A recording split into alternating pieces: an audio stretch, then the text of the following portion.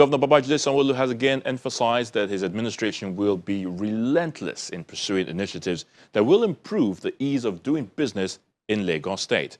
He made this comment at the 8th EU-Nigeria Business Forum at the Eko Hotel and Suites, also in Victoria Island, Lagos.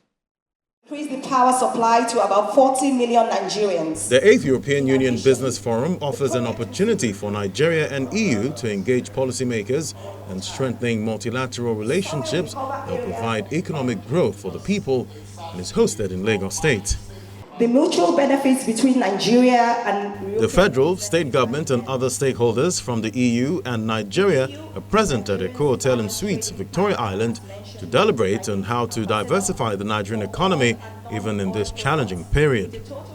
Ambassador of the European Union to Nigeria, Sanwo-Olu, says the EU remains Nigeria's biggest trading partner, pegging the trade volume at 28.7 billion euros with a significant trade balance of over 6 billion in favor of Nigeria as of 2021. This forum brings together honorable members of the government, their senior officials, and the private sector, and aims to provide a platform for dialogue and mutual engagement on issues of common interest. After the opening session, there will be 2 panel discussions.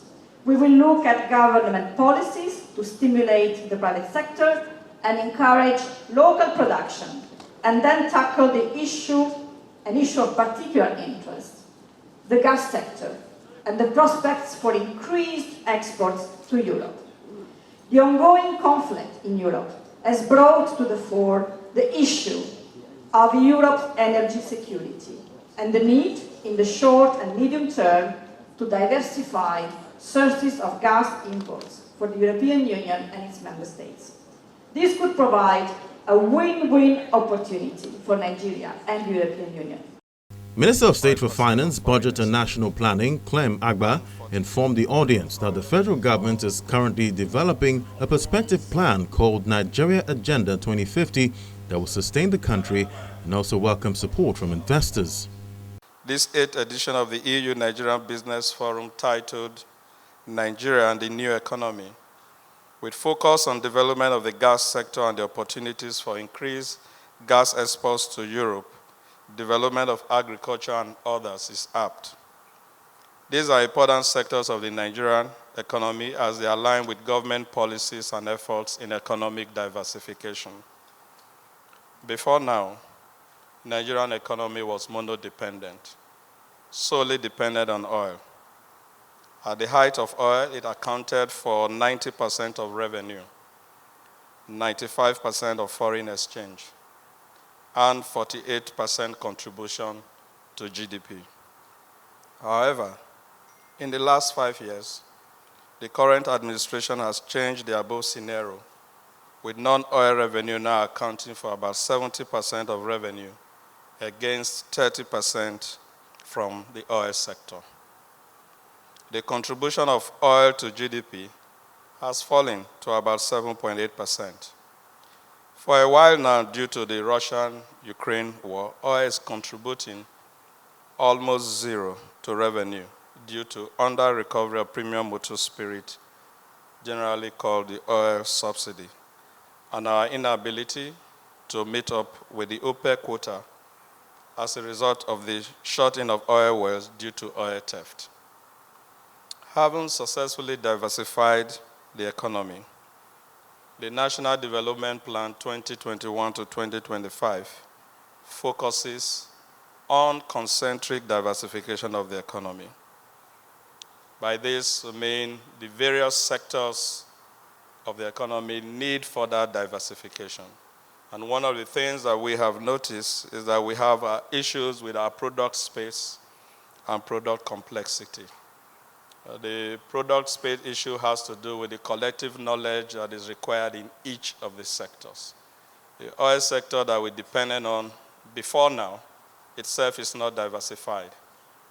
So when you look at the other sectors that are now making brilliant contributions to the economy, there is the need for further diversification within those sectors.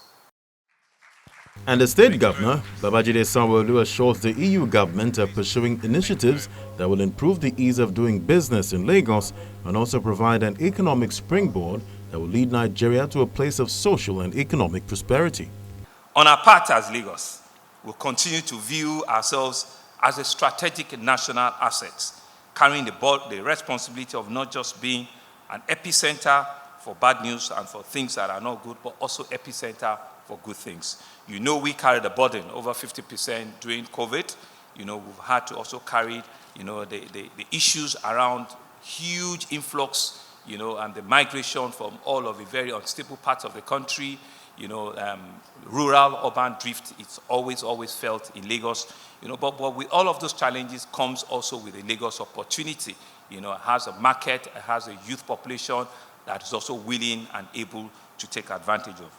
And so in light of this, Lagos State is committing, you know, we've had a very, very big, elaborate idea, which we call our 30-year 2052 development agenda.